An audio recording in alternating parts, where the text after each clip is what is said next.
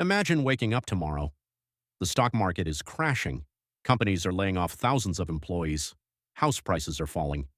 The news keeps repeating one word: recession. Most people panic, but hidden inside almost every major recession is something surprising. Some ordinary people quietly become millionaires, not because they were lucky, not because they were already rich, but because they understood one simple rule that most people ignore. So why does a bad economy create new millionaires? Let's break it down.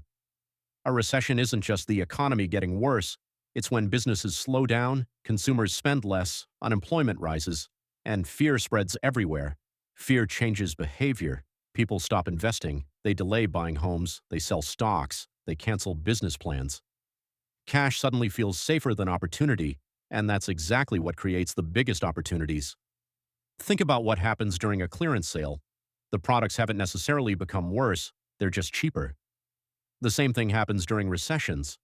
Great businesses lose value, stocks fall, real estate prices often decline, small businesses become available at lower prices, even talented employees become easier to hire. The assets don't always lose their long-term value, people simply become desperate to sell. History shows this pattern again and again. Those who have cash, patience, and confidence can buy quality assets at discounted prices while everyone else is trying to escape. Many of today's biggest fortunes were built during or shortly after economic downturns. After the 2008 global financial crisis, investors who bought strong companies at depressed prices saw enormous gains over the following decade. People who purchased homes in heavily affected markets often watched those properties recover dramatically in value over time.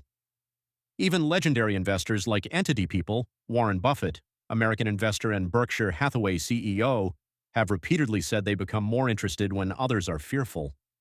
One of Buffett's most famous ideas is simple: be fearful when others are greedy, and greedy when others are fearful.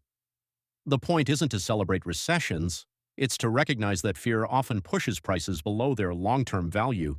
Here's what most people miss. Recessions don't create millionaires, they reveal them. Because the real difference isn't intelligence, it's preparation. The people who succeed usually spent years building emergency savings, valuable skills, low debt, patience, and the discipline to avoid emotional decisions. When opportunity appears, they're ready. Everyone else is forced to focus on survival. The same recession affects both groups, but their preparation determines completely different outcomes.